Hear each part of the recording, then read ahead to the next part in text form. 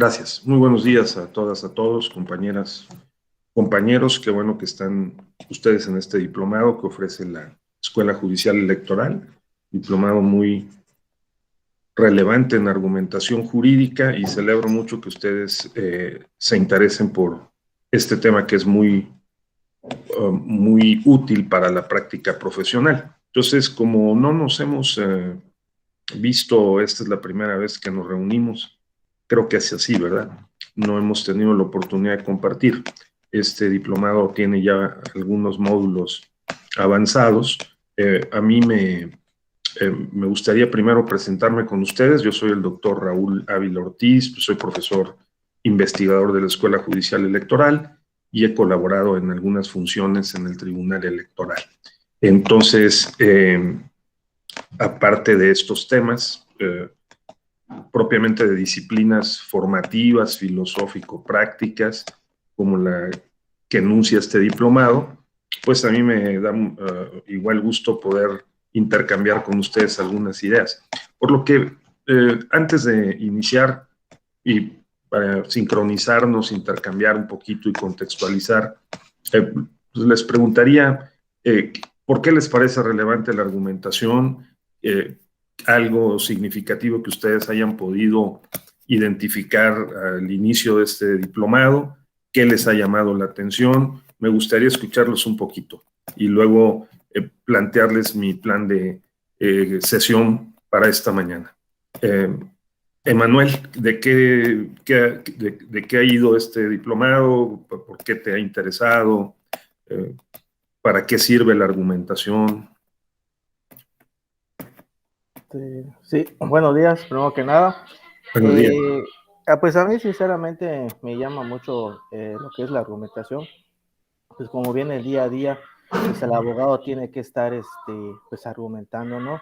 Y ahorita me dedico a lo que es en litigio y también soy docente de una universidad y pues con ello me ayuda a poder explicarme mejor, ¿no? A poder entender las cosas.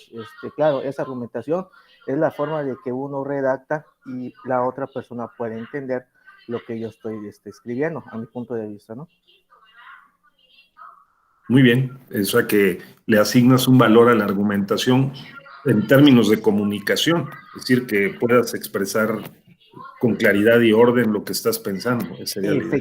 Efectivamente, ¿no? Lo que usted acaba de decir es algo muy correcto. El orden, ¿no? El orden de las ideas, que la otra persona, lo que yo estoy redactando, terceras personas lo puedan leer y lo interprete fácilmente, ¿no? Lo que yo estoy planteando, lo que yo estoy desarrollando. O sea, Manuel, que la expresión, lo podemos decir, la lingüística, la comunicación, es una parte muy importante, digamos, es la cara externa del pensamiento. O sea, no Así es. podríamos comunicarnos sin haber pensado ordenadamente antes lo que estamos comunicando. Sí, sí, le comento, ¿no? Ahorita estoy dando, soy docente y mis alumnos del primer semestre, pues sinceramente escriben así un poco desordenado sus ideas, ¿no? Entonces, pues con ello igual me ayudan, ¿no? Para yo poder explicarles y ellos me puedan entender al momento de dar la clase, ¿no? Claro, en cuestión igual de diapositivas, de ensayos que yo les presento, ellos tienen la manera más fácil de poder interpretarme y entendernos las clases. Claro, muy bien, Emanuel. Correcto. Muchas gracias. Gracias. Sí, no, cómo no. ¿Están de acuerdo con Emanuel? La comunicación es la cara externa del pensamiento. A ver, Adolfo o Arturo, ¿qué opinan de la opinión de Emanuel? O Claudia, ¿qué opinan de la opinión de Emanuel? Yo también estoy de acuerdo con él porque, bueno, en mi caso particular, yo recién egresé de la carrera, entonces, pues sí cuesta un poquito cuando ya vas a presentar una demanda o un escrito, la organización de las ideas y la forma en la que las quieres comunicar. A veces en tu cabeza suena, pues tienes la idea bien planteada, pero al momento de ya poder, argumentarla de forma externa, pues es complicado. Y pues, por lo que he visto en los cursos, en las clases anteriores, pues vemos cómo la argumentación parte desde lo que es el Estado de Derecho hasta ya poder analizar sentencias y todo lo demás. para poder expresar más claramente tus ideas y de forma más sencilla.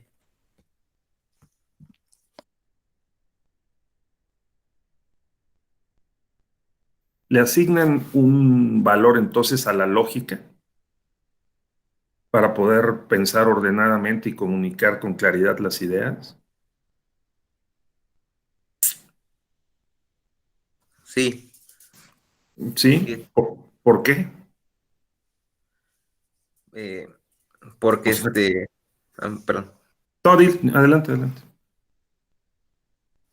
Sí, pues considerando el hecho de tener la lógica para tener un orden, pues se pueden entender más fácil las ideas, a diferencia de decirlas pues por partes, ¿no? O por ejemplo, a veces, no sé si les pasa, a veces estamos platicando con un amigo sobre un tema y de repente estamos hablándole de una cosa y ya de repente nos desviamos sobre otra y otra y otra y otra y otra, y al final nunca terminamos de expresar la primera idea y pues se pierde la lógica dentro de la plática, ¿no?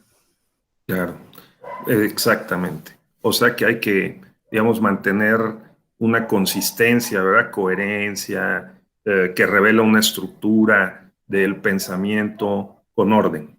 Esa sería la idea.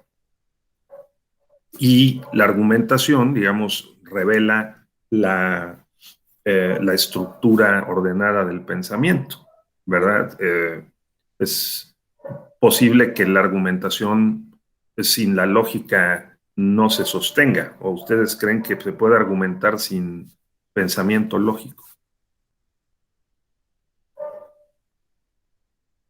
A ver, compañeros, Salvador, ¿se puede argumentar sin pensamiento lógico? Muchas gracias, doctor. Buenos días Sí, a todos y buenos a días. todas. Sí, sí. Es un gusto estar con ustedes y en relación a este tema de la argumentación, tenemos ciertas características, creo yo, como esto de la lógica, la sana crítica y las máximas de la experiencia. En relación a lo que veíamos con anterioridad acerca de esta interpretación y nosotros como operadores jurídicos que vamos a a desmenuzar ciertas cosas para poder argumentar y sustentar lo que nuestros dichos y que con los hechos relevantes estamos demostrando. Y hablábamos acerca de esto de la lógica, entonces sí le vamos a dar cierta coherencia a lo que nuestros hechos relevantes nos están manifestando, nos están diciendo, para que de manera concreta nosotros podamos expresar a través de nuestras afirmaciones lo que pues estamos pues visualizando, estamos concretando, ¿no? Nos mencionaban en las clases anteriores acerca de estas premisas, ¿no? Del silogismo, ¿no? Las menores y las mayores. Entonces, sí podemos ir ahondando pues, en otras situaciones como son, pues, esto de la lógica, la sana crítica y las máximas de la experiencia, ¿no? Doctor. Entonces, podemos ahondar entre otras situaciones, pues para darle un orden a nuestras afirmaciones y de manera que nosotros podamos probar lo que estamos manifestando, ¿no? Entonces, más o menos a grandes rasgos, doctor, pues es lo que puedo comentar. Muchas gracias. Muy bien, te felicito, pues está muy, muy ordenado lo que dijiste, ¿no? Entonces, y digamos en el Estado de Derecho, en el Estado constitucional de Derecho, ¿cuál sería la diferencia entre decir Estado formal de derecho, Estado de legalidad y Estado constitucional de derecho? ¿Se facilitan las cosas, la argumentación, o se complican? En el Estado constitucional, digamos, en el contexto del Estado constitucional de derecho, ¿qué podemos entender por Estado de Derecho hoy? A ver, porque yo escuché que uno de sus profesores, muy querido, el doctor eh, Carlos, les estuvo hablando al respecto, ¿no? ¿Qué entendemos por Estado de Derecho?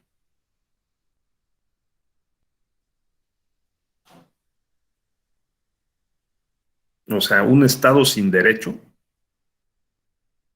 o con derecho. ¿Cuáles son, digamos, tres características del Estado de Derecho? ¿Qué contiene? ¿Qué normas contiene? ¿Qué instituciones? A ver,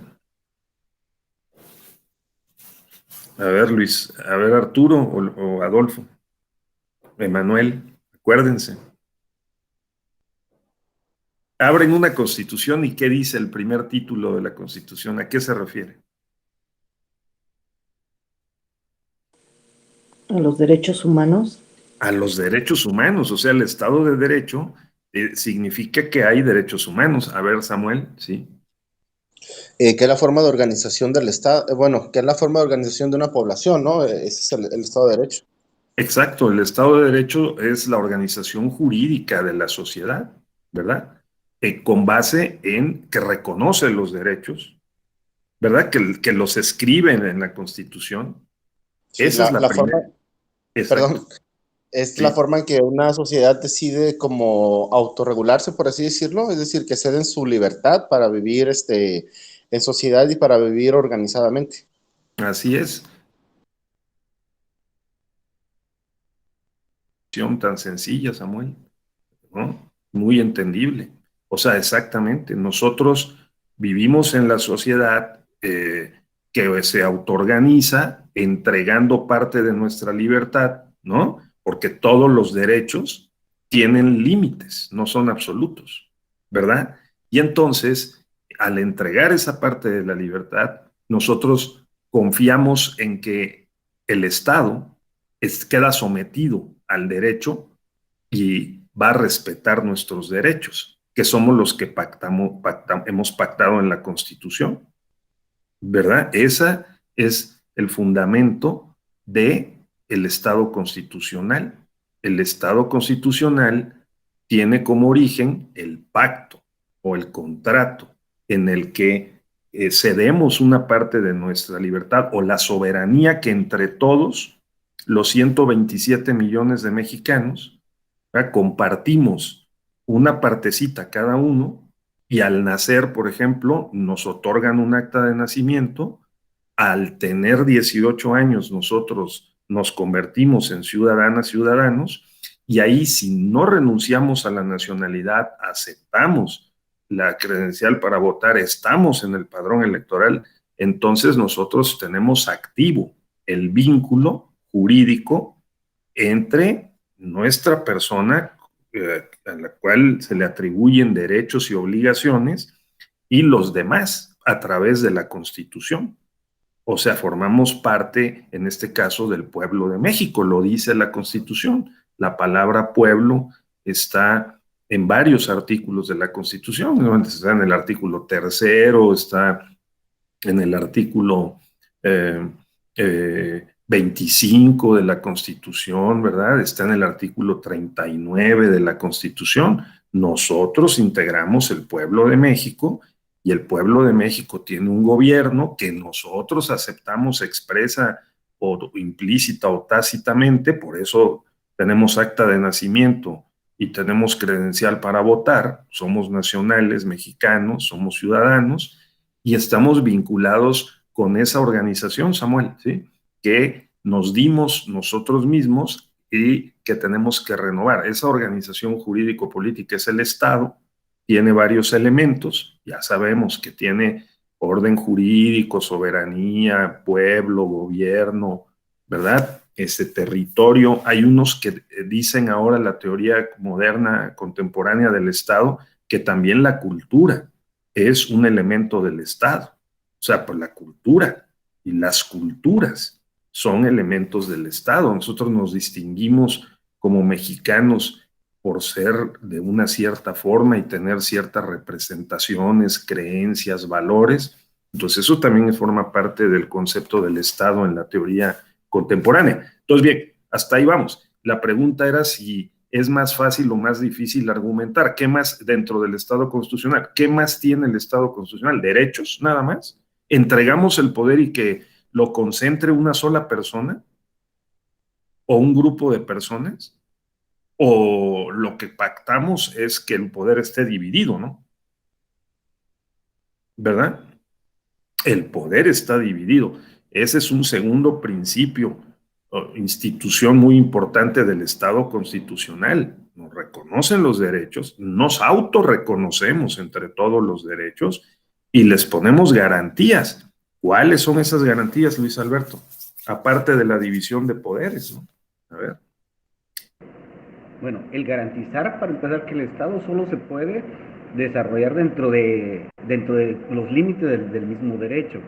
Refiriéndose a esto, bueno, que si no está explícitamente señalado qué acciones puede realizar, no las puede realizar. Entonces, en el Estado de Derecho estamos hablando tanto de la parte del Estado, pero también hablando reconociendo al Estado que tiene el poder porque la misma sociedad se le está dando. El pueblo, como bien acaba de hacer mención de eso. ¿Es cuánto? Muy bien. No, magnífico. Fíjate, Luis Alberto, que ahí a ti te envidiaría Ferrajoli, ¿no? Porque has sintetizado una parte de la teoría jurídica del garantismo, ¿no? ¿Qué es lo que ocurre? Nosotros, digamos, hemos suscrito expresa o implícitamente un contrato, por eso ya dijimos que alícuotamente es la palabra, todos una parte hemos cedido nuestros derechos y libertades para que el gobierno nos los garantice, ¿no? De tal manera que ahora hay garantías. Esta es una palabra clave. Por eso la teoría jurídica del Ferrajoli, el garantismo jurídico, ¿verdad? Pues se trata de eso, cómo se garantizan los derechos y los principios. También la teoría principialista del derecho dice también hay principios y las garantías que tiene la Constitución, como tú dijiste, dentro del sistema jurídico, tiene que garantizar los derechos, sin duda. Estamos hablando desde el punto de vista o desde el enfoque, desde el ámbito de lo jurídico, ¿no? Entonces, están los derechos, están ahora las garantías que protegen y hacen eficaces esos derechos. Uno, ¿ustedes creen que si una sola persona, el presidente, como se llame, de la República, concentrara los tres poderes, ejecutivo, legislativo, judicial, sometiera al Poder Judicial a los órganos autónomos, podríamos tener más aseguradas nuestros derechos o menos?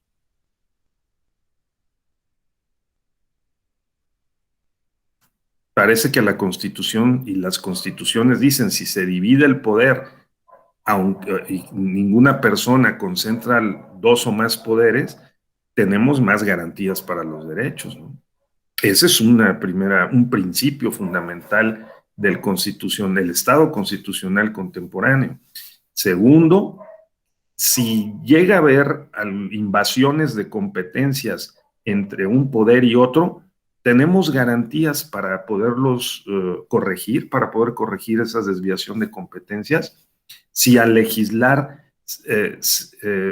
se incurren en presuntas violaciones a los derechos, ¿hay garantías para poder defender eso? O si en una autoridad administrativa o judicial no respeta los límites jurídicos que hemos pactado y viola nuestros derechos, ¿tenemos instrumentos, Emanuel, tú que eres litigante, para poder defender? ¿Hay garantías o no hay? Sí, sí hay garantías. ¿Cuáles son? Las garantías que menciona la Constitución. Sí, pero ¿cuáles son? O sea, ¿son qué garantías? Por ejemplo, el amparo es una garantía. Eso, de hecho, se llama juicio de garantías. También hay quien le llama juicio de garantías. Entonces, claro, tenemos, Samuel, a ver, platícanos. A ver, usted pregunta en el caso de que una sola persona concentrara los tres poderes, que si hubiera que si hubiera garantías para nosotros o que si hubiera certeza de que se va a gobernar bien. Exacto. No, ahí sí sería, bueno, yo sí lo dudo un poco porque en el tema de alguna controversia que se suscite entre el ciudadano y la autoridad, pues obviamente aquí no puede ser juez y parte, ¿verdad? Porque evidentemente había un sesgo o habría una parcialidad al momento de resolver. Caso contrario a lo actual, con la separación de poderes, como usted ya lo dijo, si alguna decisión, ya sea un ciudadano o inclusive a las propias autoridades, no les no le es favorable, pues siempre hay la autoridad jurisdiccional que puede poner fin a, o puede clarificar el tema de la controversia o la cuestión a dilucidar, ¿no? Entonces, pues sí es sano y es necesario una separación de poderes a efecto de que no haya, pues, esas cuotas o esos excesos en la propia administración. Correcto. Muy bien, Samuel. Exacto. Pues, digamos a grandes rasgos, ese es el Estado constitucional de derecho, ¿sí? El Estado constitucional de derecho es un pacto que está expreso en la Constitución y que también se traslada por la vía de los legítimos autorizados para firmar los tratados y los convenios internacionales en la comunidad internacional, ¿verdad? Los presidentes o representantes de los estados-nación también llevan nuestra soberanía delegada y firman esos convenios internacionales en donde también hay derechos y también hay principios, ¿no?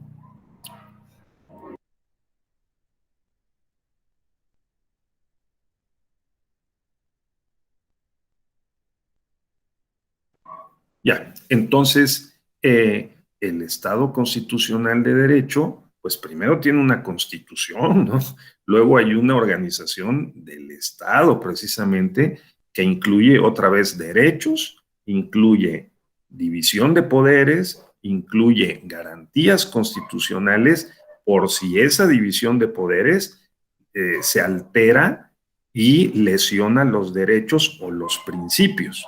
¿De acuerdo? Entonces, esas garantías son, en el caso de México, pues tenemos un sistema jurisdiccional y tenemos un sistema no jurisdiccional para proteger la Constitución, los derechos, sus garantías y los principios, ¿sí? Y esas garantías son, pues, las acciones de inconstitucionalidad. Por ejemplo, el presidente López Obrador ha enviado varias iniciativas de reforma y varias de ellas están cuestionadas ante la Suprema Corte de Justicia. Y la ley de seguridad y varias otras reformas, la ley de salarios, están cuestionadas. ¿Por qué? Porque hay garantías constitucionales, ¿de acuerdo?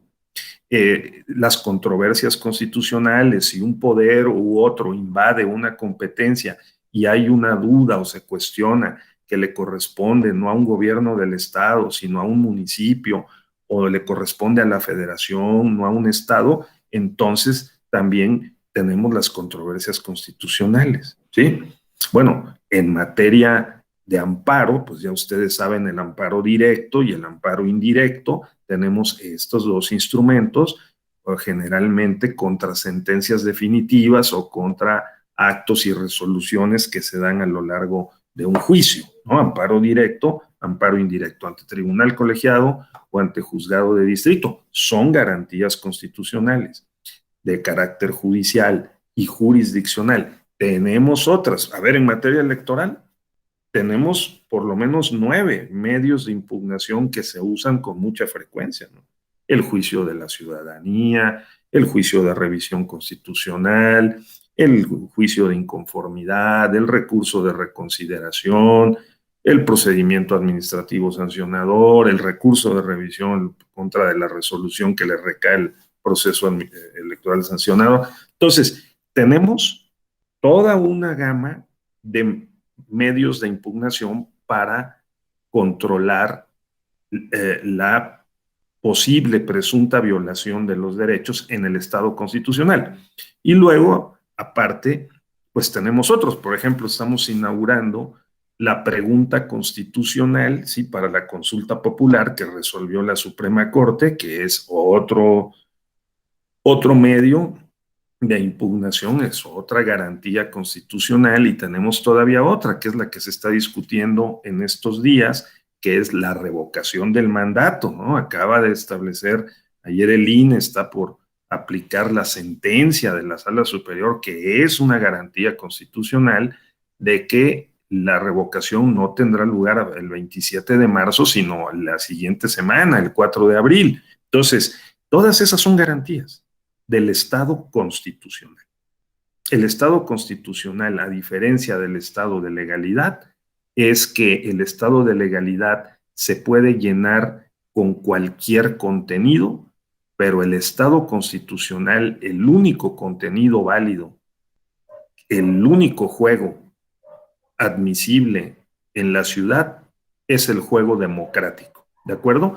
El juego en favor de los derechos de las personas individual y socialmente consideradas. Decía que le envidiaría a Ferrajoli hace rato a Samuel su definición, porque fíjense lo que dijo Samuel, se tienen que cumplir los derechos dentro del Estado constitucional, el Estado tiene que abstenerse de invadir la esfera de los particulares y el Estado al mismo tiempo tiene que cumplir con ciertas obligaciones para que haya lo mínimo para todas y para todos, o sea, los derechos sociales.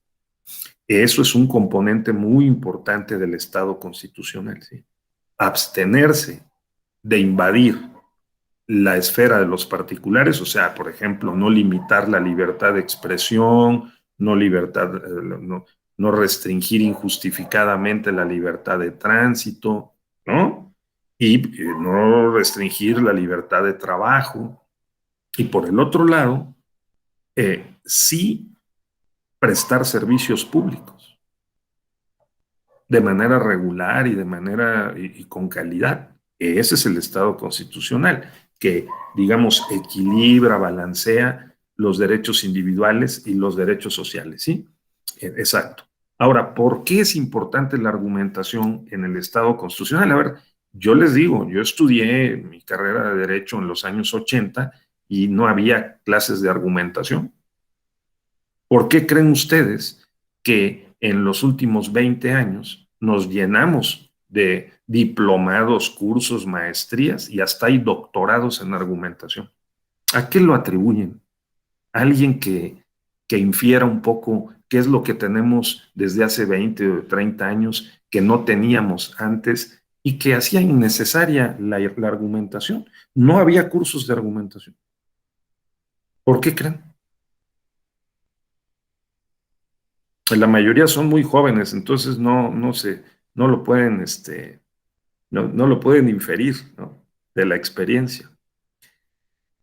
No había argumentación porque no había, porque las garantías constitucionales, estas que acabo de mencionar, ¿sí? Los medios de impugnación, se resolvían prioritariamente de manera política. Política. O sea, se iba a ver al juez, se iba a ver al magistrado, se iba a ver al ministro, ¿sí? Y se resolvía a través de otro tipo de operaciones, ¿sí? Le hablaban por teléfono, el teléfono rojo, había línea, ¿me entienden? Y claro, el común de los mortales podía litigar, yo litigué en los años 80, presté mi servicio social, recuerdo, en el Tribunal Superior de Justicia de la Ciudad de México, en el archivo de un juzgado, ¿sí? En 1900, ¿qué será? 83, 84, y pues yo veía llegar a los litigantes y algunos, pues sí, hacían su trabajo muy bien, pero ¿cuál es la operación argumentativa que planteaban en las demandas y en la contestación de las demandas? ¿No? ¿Qué tipo de asunto resolvía la Corte? No había tribunal electoral en 1984. ¿Cómo se resolvían los asuntos? ¿De qué servía la argumentación? No había clases de argumentación. No sé qué mundo tan extraño, ¿no? Entonces, a esto le denominamos el estado de legalidad. En el estado de legalidad no hay que argumentar en relación con la Constitución y los convenios internacionales y los derechos, sino que hay que argumentar en términos de ciertos criterios de interpretación que nos legaron del siglo XIX. ¿Cuáles? La ley superior prevalece sobre la ley inferior, ¿no es cierto, Emanuel? Sí, ¿no? La ley posterior prevalece sobre la ley precedente. ¿Sí o no? Artículo 133 constitucional. Exacto. Sí. Exacto. O sea, nosotros aplicamos sin aplicar bien el artículo 133 constitucional. El artículo 133, fíjense ustedes, dice que todos los jueces del país se conformarán en la Constitución. O sea, ese artículo, desde hace decenios, si no es que desde 1857 o 1824, pues establecía que todos los jueces tenían que tomar en cuenta la Constitución y los tratados internacionales, ¿no? Y sin embargo, la Suprema Corte no los dejaba. Había una jurisprudencia que decía que solo la Suprema Corte podía hacer esa operación de confrontar las leyes con la Constitución formalmente, para ver si se había violado el principio de jerarquía normativa, ¿sí? O sea, de ley superior prevalece sobre la inferior, o bien ley posterior sobre ley precedente, o ley especial sobre ley general, ¿no? Y claro que había otros métodos de interpretación y de argumentación. Pues el método gramatical ha existido creo que desde la época de Roma, ¿no? Y yo creo que los aztecas usaban el método de interpretación gramatical en México, ¿no? El método de interpretación sistemática, histórica, teleológica, bueno, pues esos nos los heredaron del siglo XIX, pero son métodos más o menos sencillos de interpretación. La subsunción, el encajar los hechos en el derecho, que tú estabas diciendo hace rato, Emanuel, también, ¿no? Pues encajas los hechos en el derecho. Se presentan los hechos, tú dices, hay pruebas, hay medios de prueba, hay argumentación. La argumentación se da sobre 3 esferas, ¿sí?, de la acción jurídica, que es la argumentación sobre los hechos, la argumentación sobre las pruebas y la argumentación sobre las sentencias, ¿no? O sea, la argumentación sobre los hechos, sobre las pruebas y el derecho, diría yo, y la argumentación en las sentencias. ¿De acuerdo? Entonces, la argumentación jurídica crece y hay cursos y hasta doctorados porque hay garantías constitucionales en un Estado democrático, en un Estado constitucional democrático de derecho. O sea, la lucha consiste en que no nos impongan una solución política a los problemas jurídicos y argumentativos. Si no, no tiene caso estudiar argumentación. Mejor vamos a ver al ministro, ¿no? Vamos a ver al político o al partido que le hable al ministro, ¿no? Que le hable al juez. Si tenemos un contacto, ¿no, Emanuel? Pues ¿para qué te cansas de litigar, mano? Mejor ve a ver al gobernador, ¿no? O ve a ver al presidente municipal y dile, oye, háblale al juez, ¿no? O ofrécele una lana al juez y ya, hombre. Yo me acuerdo que mi primer caso que me alejó del derecho penal fue porque un profesor, fíjense ustedes, un amigo me llamó y me dijo, oye, fíjate que le dieron sabadazo a un primo mío. ¿Ustedes se acuerdan de lo que era el sabadazo o no? ¿No lo vivieron? Pues los detenían sin orden de aprehensión, los detenían el viernes en la noche porque iban con algunas copas o porque se bajaron del coche o en una calle ahí se hicieron de palabras y el otro le dijo, vas a ver, te voy a meter al bote, y llamaba al policía, le daba una lana y se lo llevaban a la delegación el viernes a la medianoche, saliendo de alguna discoteca, no había antros, ¿no? Entonces, y lo metían, se lo llevaban y lo guardaban, ¿sí? En la prisión preventiva. Y entonces ahí va el abogado a tratar de ver qué pasó. ¿Y cuál fue mi sorpresa? A mí un profesor que recuerdo con cariño me dijo, mira, estimado Raúl, dile a tu cliente que si tiene 20,000 pesos, nos vemos mañana en el juzgado en la mañana. Si no, pues a ver cómo le hacemos, porque va a estar muy complicado. Ahí se va a quedar todo el fin de semana. Y yo, bueno, me quedé con los ojos cuadrados y efectivamente, lo arregló con 20,000 pesos, ¿sí?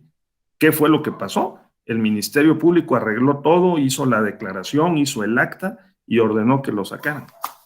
O sea, se necesita ser abogado incluso o saber mucha argumentación en un mundo así para poder resolver un problema jurídico. Evidentemente no. ¿Sigue pasando eso en México hoy? Pregunto. Sí. ¿No? A ver, Emanuel, ¿te pasa o no te pasa? Yo, porque si no, no. A ver, David.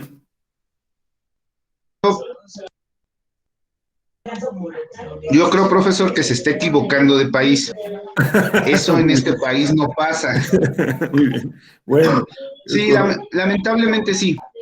Y como diría usted, hay abogados que por eso deciden mejor salirse del derecho penal y buscar otras alternativas. Y ya no es sabadazo, pero sigue pasando, ¿eh? Sigue pasando y bueno. Ahora, pero en otros pasaría, países. claro, David, ahora pasaría menos de todas maneras, no renunciamos ni somos inocentes ni ingenuos, ¿no? Si argumentamos mejor, porque si nos hacen alguna trampa, podemos con una argumentación sólida, consistente, defender mejor el caso, ¿no? Aun cuando haya operaciones corruptas, ¿no? Bien, pues de eso se trata la argumentación, ¿de acuerdo? La argumentación se trata precisamente de operar, como bien se dijo aquí, de aplicar y de aplicarse adecuadamente en el contexto del Estado de Derecho, ¿no? Constitucional, porque defendemos que tenemos derechos y que hay garantías, en síntesis, garantías jurídicas, institucionales, hay buenas y malas prácticas, por supuesto, tenemos un grave problema, ya lo sabemos, de inseguridad y de impunidad, particularmente en materia penal, pero tenemos también toda la libertad, la capacidad y la posibilidad y la obligación, ¿no? Como operadores jurídicos, como bien dijo Emanuel, de hacer nuestro trabajo debidamente con los instrumentos, entre otros, de la argumentación. Bien, habiendo hecho esta entrada, que espero que haya refrescado un poco y puesto naturalizado, como se dice ahora, contextualizado de lo que se trata, ¿no? El Estado constitucional de derecho y la operación jurídica profesional y lo que hacemos los abogados en el día a día, para efecto de desempeñar nuestra profesión. Bueno, ahora permítame llevarlos por otro camino, pero desde luego un camino cordialmente vinculado con este tema, que es medio ríspido, ¿no? De la impunidad y la inseguridad y la frustración de la argumentación cuando se impone un criterio político o de corrupción a otros aspectos. Miren, este módulo es en relación con las nociones preliminares para distinguir entre varias nociones, entre distinguir entre lógica, argumentación jurídica, distinguir entre retórica, yo diría que entre epistemología también, eh, lingüística, ¿verdad? O sea, semiótica, hermenéutica, hay que distinguir entre estas disciplinas. Entonces yo les quiero comentar que es útil distinguir bien los conceptos, ¿sí? Entonces, los conceptos son representaciones mentales. Nosotros nos representamos mentalmente los objetos y nosotros decimos cosas sobre los objetos, ¿sí? Y por eso decimos cosas sobre la argumentación. Nosotros decimos que la argumentación es A, B, C, o que la interpretación es X, Y o Z, o decimos que la epistemología o la lingüística es A, B o C. Nosotros definimos y conceptuamos y definimos, ¿sí? Entonces, los conceptos son representaciones mentales enunciados lingüísticamente. Así. Nosotros nos representamos los objetos. Ustedes me están representando a mí, están representándose mentalmente lo que estamos diciendo aquí, y ustedes forman sus propios juicios, ustedes comunican sus propios razonamientos. Entonces, esta es la conceptualización que va sumada a las proposiciones y la argumentación, ¿verdad? Las representaciones mentales que enunciamos lingüísticamente, pues son los conceptos. Definimos, por lo tanto, los conceptos. Luego, habría que también considerar que las instituciones, que son patrones reiterados de conducta.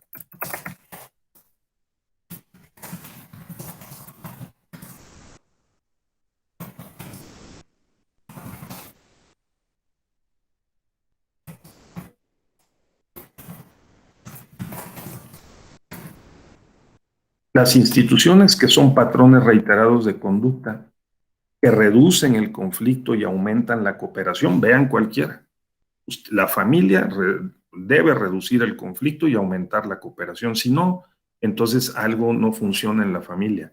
En la escuela, si no reduce el conflicto y aumenta la cooperación, pues tampoco se pueden lograr los objetivos de la escuela, ¿no?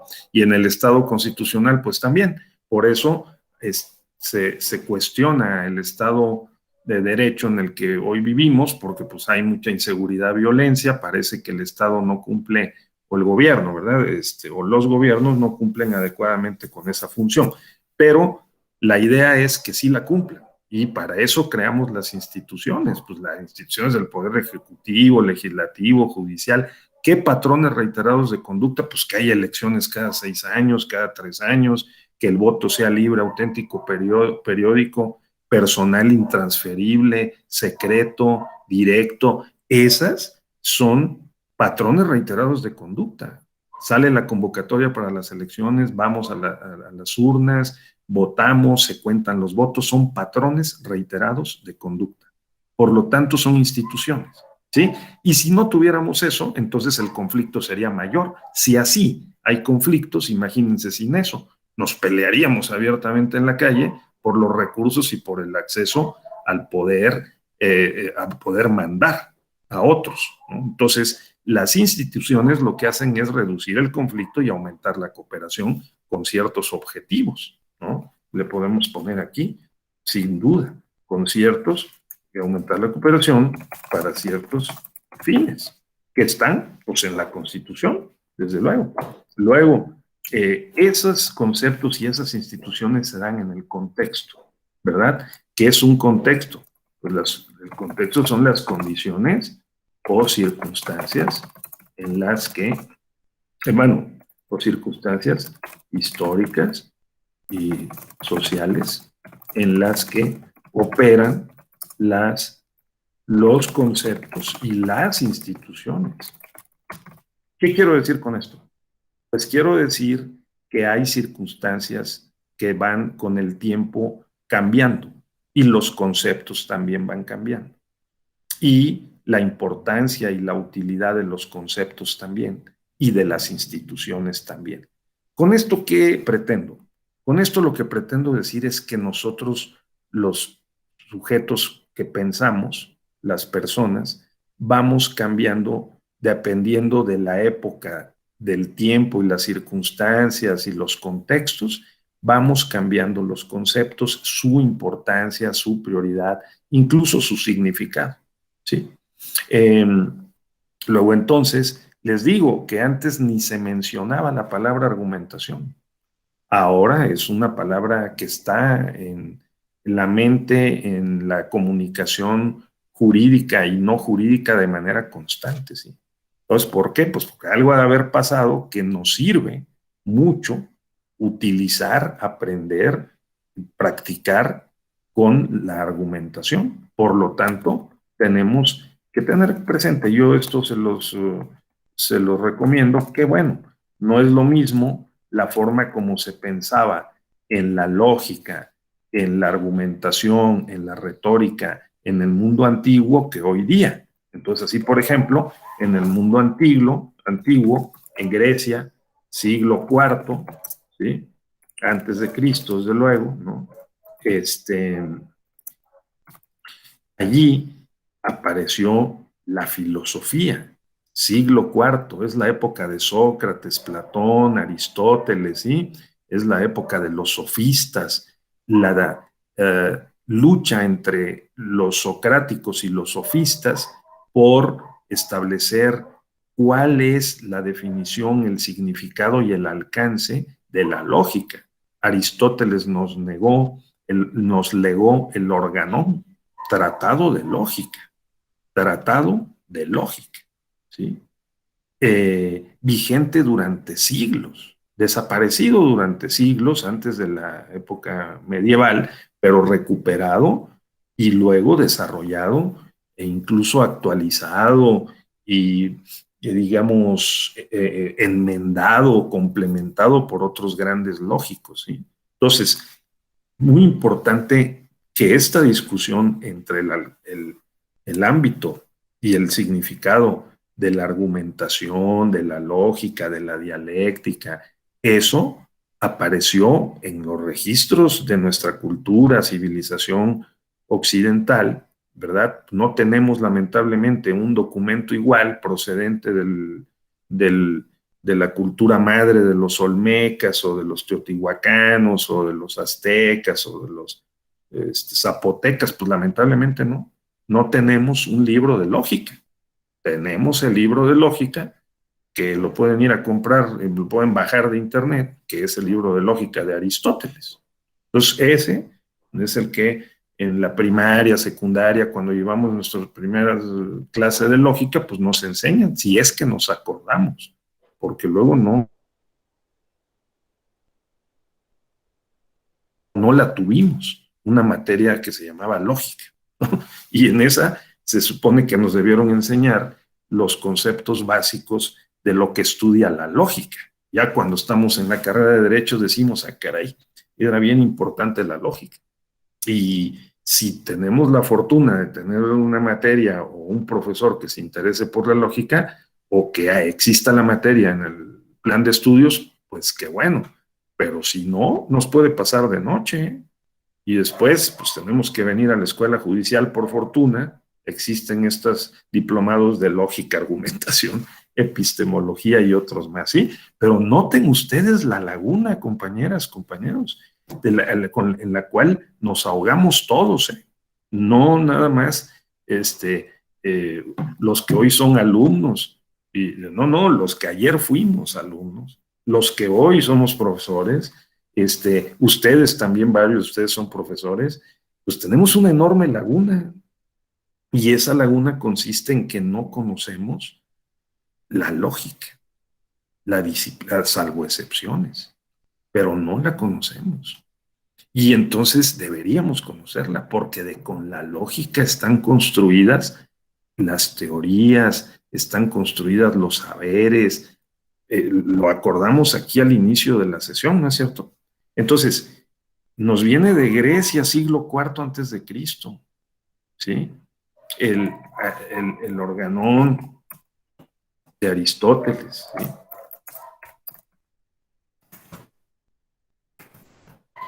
Se pueden también llamado tratado de lógica. Tratado de lógica. Entonces, aunque puede ser un poco pesado, pero yo recomiendo bajarlo de internet y echarle un ojo.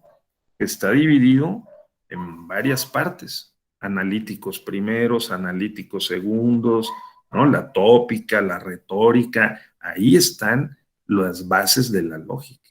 Ahora, claro, podemos buscar un libro contemporáneo, un compendio manual de lógica, y pues también allí podemos estudiar de qué se trata la lógica, porque la argumentación en este caso en el ámbito del derecho, es una parte de la lógica. En la lógica, en la estructura y los contenidos formales, la argumentación es parte de la lógica. La gran preocupación de Sócrates y también de Platón, luego de Aristóteles, fue que no desprendieran la argumentación, que ellos llamaban la retórica, no la desprendieran de la lógica. Porque ustedes imagínense que lleguemos al juzgado, que hagamos una demanda, ¿no? Con solo esquemas argumentativos que no sean lógicos. Miren que dije ya una palabra muy importante, esquemas argumentativos. El principal esquema argumentativo es el silogismo lógico. O sea, lo que ustedes estaban diciendo hace un rato. Premisa mayor, premisa menor y conclusión. Ese es el principal esquema argumentativo que utilizamos y es absolutamente lógico. Es más, el silogismo es la forma más pura de la lógica, del pensamiento lógico. Ay, maestro, que usted se quedó en el silogismo, eso es insuficiente. Pues ya sabemos que hay no solo lógica formal, ya la verán en otros módulos, hay lógica informal, hay lógica difusa, hay otros tipos de lógica, y por supuesto caben muchas formas argumentativas o esquemas argumentativos, ¿no? Incluso unos muy sofisticados, como son la ponderación, uh, el test de razonabilidad, el test de adecuación, la interpretación conforme, todos estos, ¿sí? El principio pro persona, son pautas interpretativas y argumentativas que apoyan una pretensión y es decir, una conclusión que podemos después reducir a un silogismo. Entonces, conocer esos esquemas argumentativos es fundamental para la vida cotidiana, diaria y para la vida profesional más o menos sofisticada. O sea, conocer todos estos instrumentos que nos brinda la lógica y la argumentación es clave. Por eso estamos aquí. Entonces, en la época medieval, pues se recuperó Aristóteles y hacia adentro, precisamente, de las abadías, de los conventos, de los seminarios, en el mundo occidental de la Iglesia Católica, ¿verdad? Se desarrolló la interpretación y la argumentación. Los grandes padres de la Iglesia, San Agustín, Santo Tomás y otros más, sus propios profesores, ¿no? De ellos fueron grandes lógicos y teólogos, juristas, intérpretes y argumentistas, ¿no? Saben ustedes que en la época medieval pues se enseñaba el trivium y el quadrivium. ¿Qué materias incluía el trivium y el quadrivium? Pues precisamente estas, porque estas son las bases del pensamiento y por lo tanto de la operación en la vida cotidiana y profesional. O sea, recuerden ustedes la propia expresión que aparece en la Biblia, la rescato como una fuente de sabiduría, ¿no?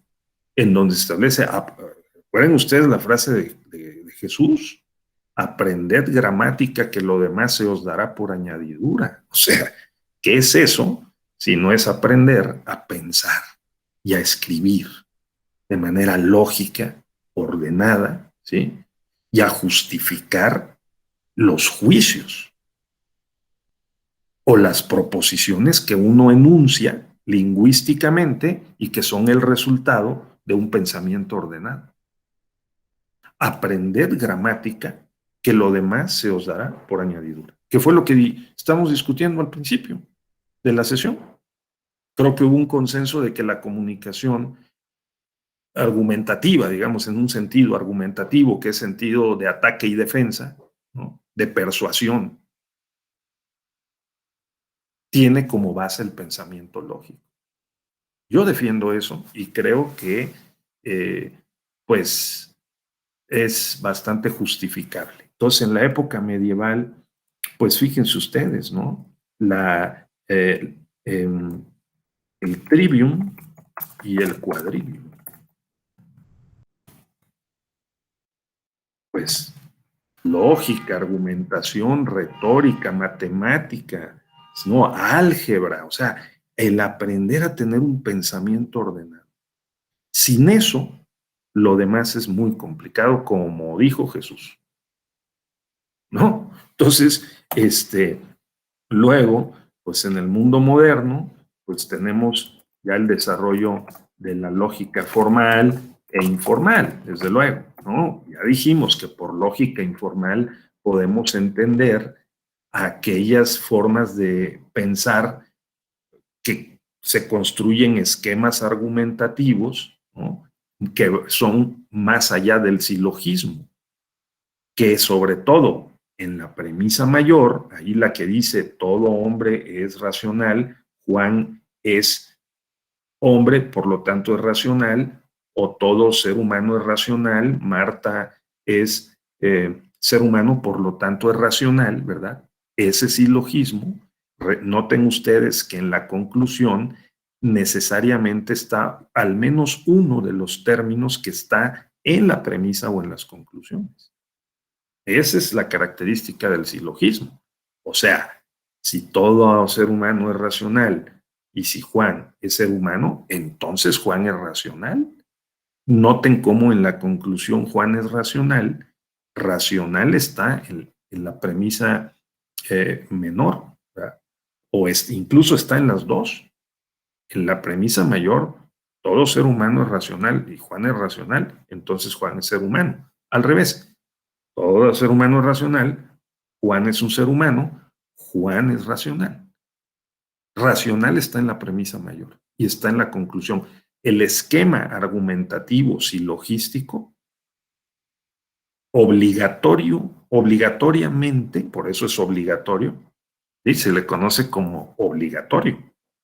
El silogismo obligatorio necesariamente tiene que contener en la conclusión uno de los términos que está o en la premisa mayor o en la premisa menor. Si no, no es correcto.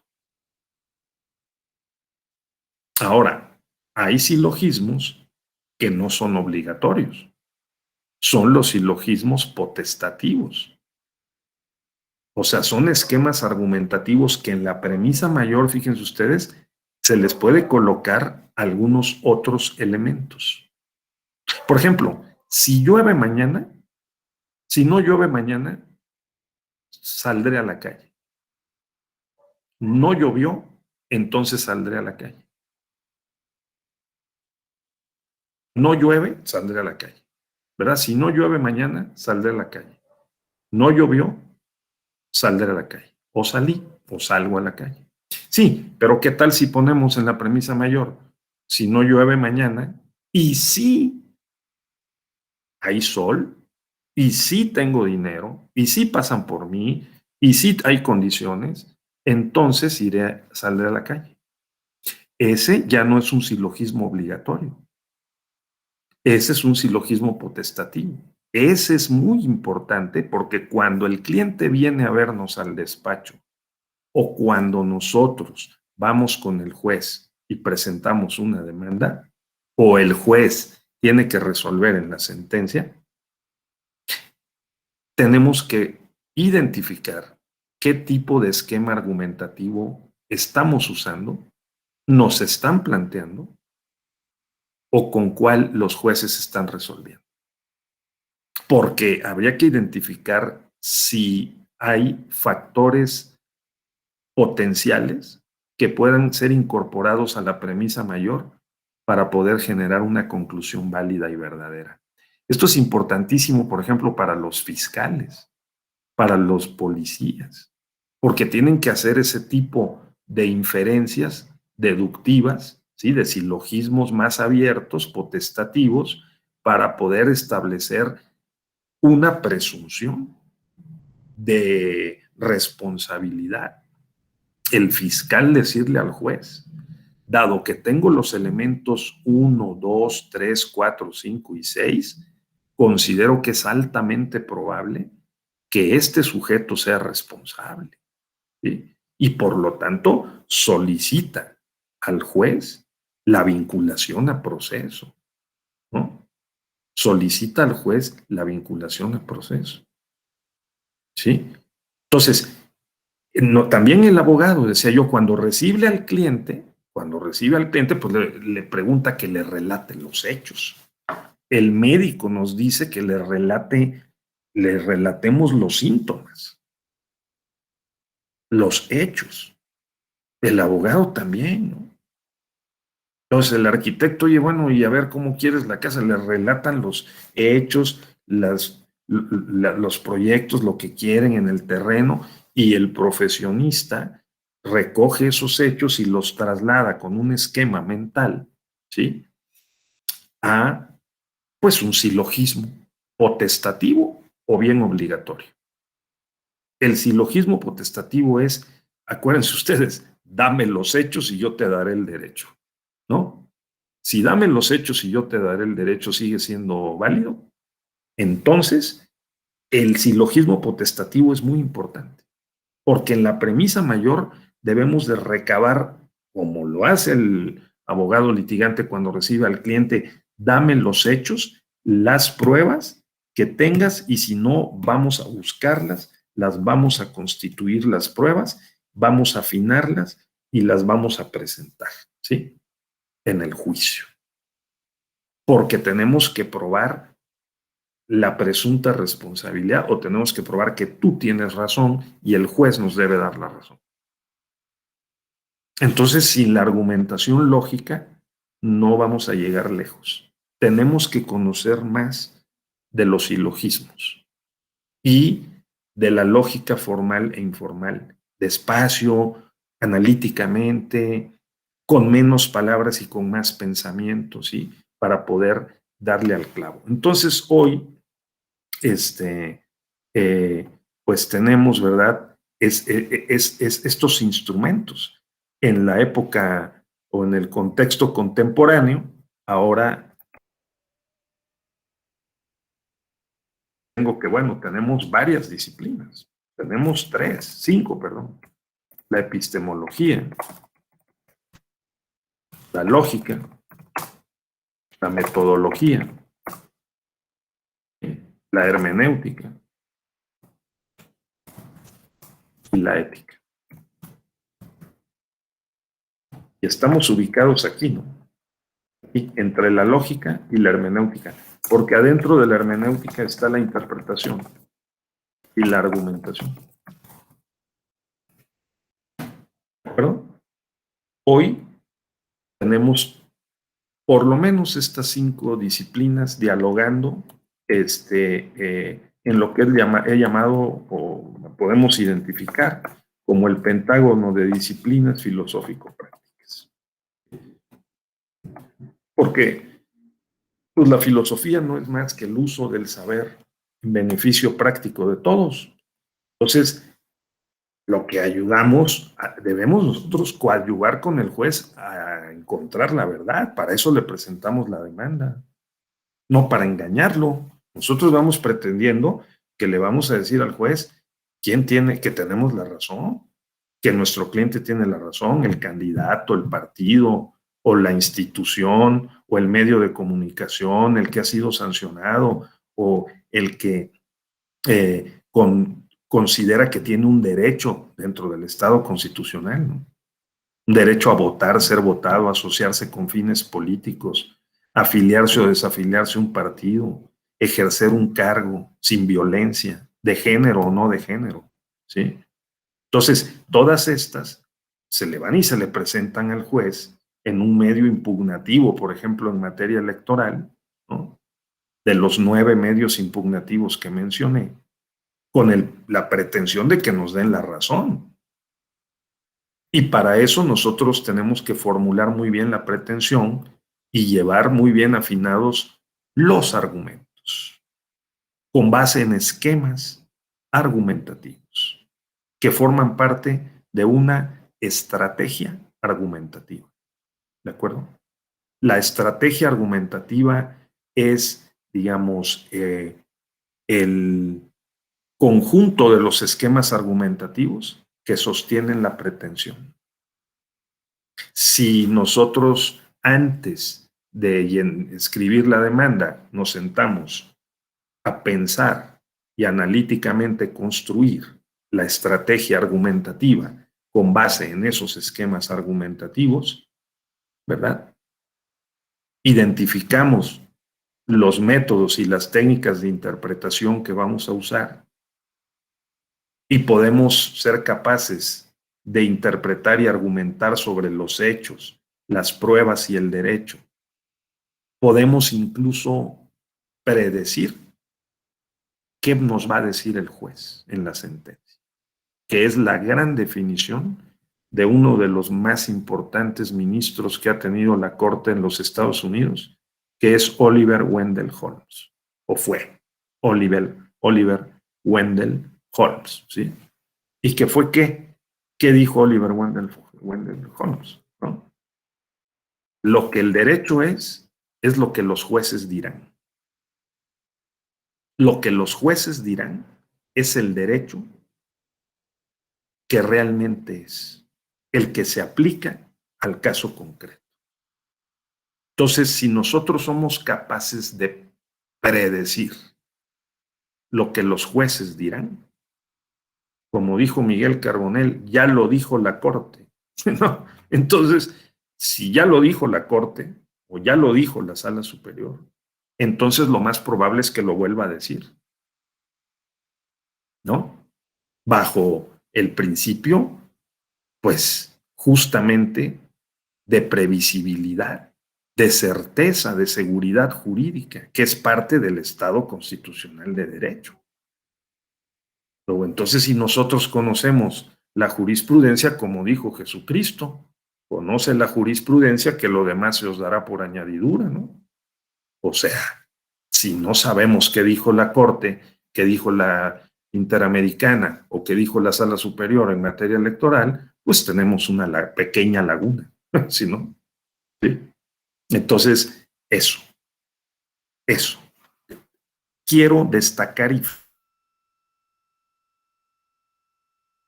compañeros, eso. ¿De acuerdo? Entonces, me detengo aquí antes de pasar al siguiente punto, pues porque quisiera también, pues quisiera escucharlos, no se me vayan a dormir, ¿no? Yo me tengo un cafecito aquí, por eso no me duermo, yo estoy hablando, pero ustedes, Manuel, que iniciaste muy bien esta conversación al inicio, ¿qué te parece esto que te estoy compartiendo, ¿no? A ver, ¿tú crees que un abogado entonces, al recibir a un cliente, hace esta operación? A ver, dame los hechos que te dará el derecho. ¿Y qué haces mentalmente, operativamente? Operativamente, pues sí, considero que todo lo que usted está aportando el día de hoy, pues se lleva a cabo el día a día, ¿no? Tanto como usted mencionó, tanto como litigante, como servidor y pues docencia, se aplica al día, ¿no? Uh-huh. O sea, si ¿en qué materia litigas, Emanuel? ¿Civil, penal o electoral? Estuve trabajando alrededor de 9 años en lo que es el OPLE de aquí de Campeche, y ahorita pues ya me dedico a lo que es el litigio civil, familiar, mercantil. Correcto. En cualquier materia, estimado Emanuel, si tú recibes al cliente, te tiene que decir los hechos, ¿no? Efectivamente. ¿Verdad? Si se trata de un contrato de arrendamiento, por ejemplo, ¿no? El cliente te tiene que decir, fíjese que yo firmé un contrato, ¿no? Y depende de quién sea, ¿no? Si es el arrendador o el arrendatario. Vamos a suponer que sea el arrendador. Oiga, fíjese que, pues, se venció el contrato y no me ha entregado el inmueble, ¿no? ¿Y tú qué es lo que vas a hacer? ¿Tienes que hacer qué? Pues tengo que, pues sí, hacer el procedimiento, ¿no? Pues presentar un inicio. Inclusive a veces no hay que llegar directamente pues a los juzgados, ¿no? Le platico brevemente una anécdota. Aquí en Campeche se está construyendo lo que es el Tren Maya. Entonces una particular vendió un terreno, un lote, X cantidad. Pero como ya se está llevando a cabo lo que es la construcción del Tren Maya, ya la persona ya no quería venderle a mi cliente porque le estaban ofreciendo más dinero, pero había de por medio un contrato de promesa. ¿Qué pasó? Pues antes de ir a juzgados, pues nos juntamos con mi cliente, su servidor, y con la otra parte, ¿no?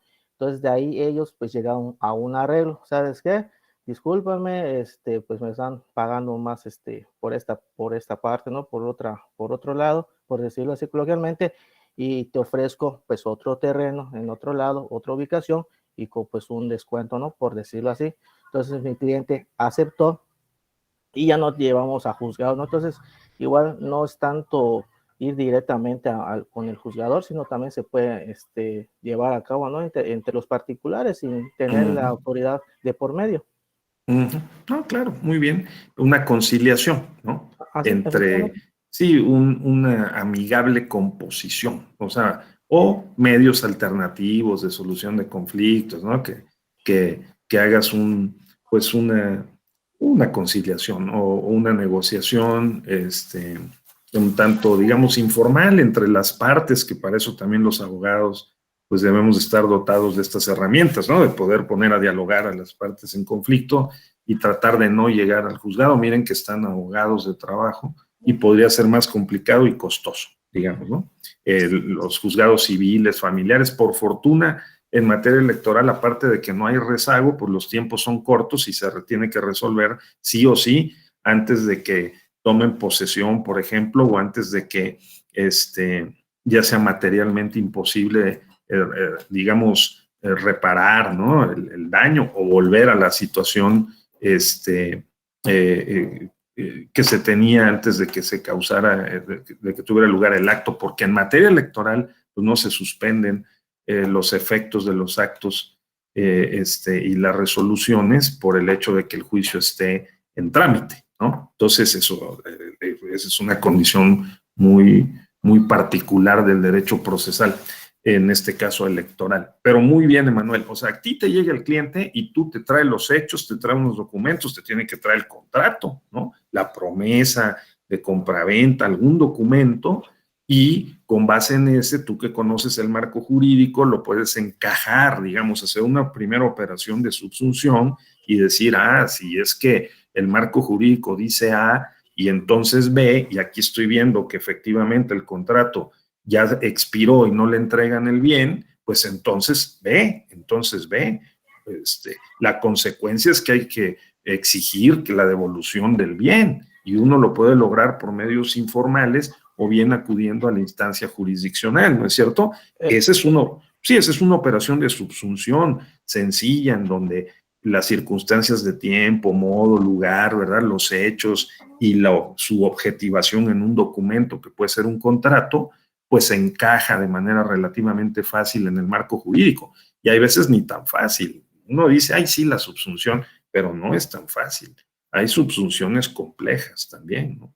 Porque también lo que el marco jurídico prevé puede haber estado sometido a interpretación y hay que buscar a ver qué jurisprudencias aplican para el caso de que haya expirado un contrato y no se haya entregado un bien, porque puede haber algunas condiciones que justifiquen el que no se entregue a la terminación del contrato, ¿no? También puede haber, por ejemplo, el inquilino puede argumentar que le hizo innovaciones al bien y que no lo va a entregar hasta que no le devuelvan la parte que él invirtió en exceso, por ejemplo, ¿no?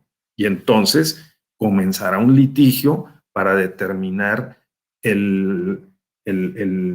digamos, el ámbito o el alcance de esos derechos y las obligaciones del arrendador y del inquilino, ¿no? Bien, entonces ahí vamos.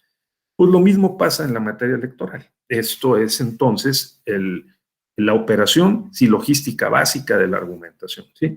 Ahora, nosotros estamos en este módulo en tratar de delimitar algunos conceptos, que no es lo mismo lógica que argumentación, que no es lo mismo lingüística que lógica, que no es lo mismo interpretación, argumentación, son dos caras de una misma moneda. Ese es el objeto de este módulo. Entonces vamos a pasar a hablar un poquito más de eso, ¿sí? Vamos a hablar un poco más al respecto.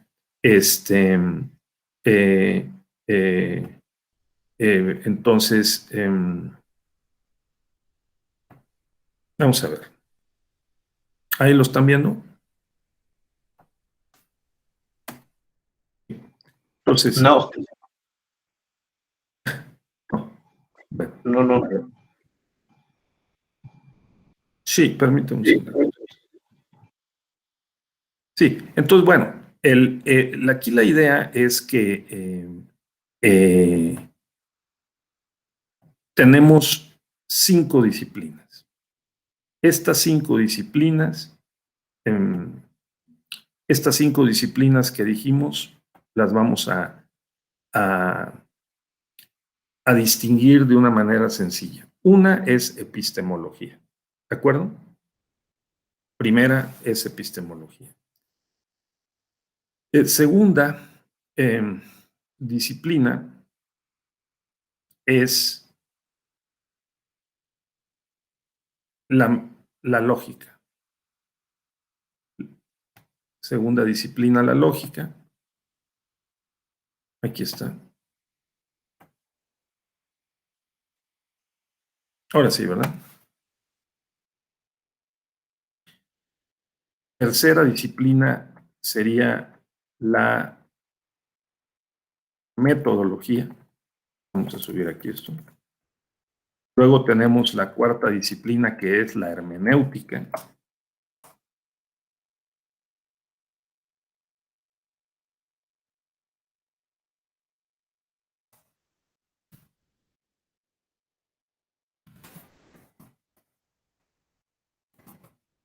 Y la última que decía yo, que es, digamos, la lingüística, argumentación y retórica. Vamos aquí a descomponer entonces esto, vamos a dejarlo con interpretación. Aquí las vamos a separar, pero podían tratarse de manera conjunta. Entonces tenemos epistemología, lógica, metodología, interpretación y argumentación. Dejemos además a la ética como otra disciplina importante. Entonces, vamos a ver esto en el resto de nuestra sesión, ¿sí? La primera es la epistemología. La epistemología, aunque puede ser un complicado, esta palabra que no se use se le tenga un cierto respeto, pero esta palabra es muy sencilla de poder explicar. Es la justificación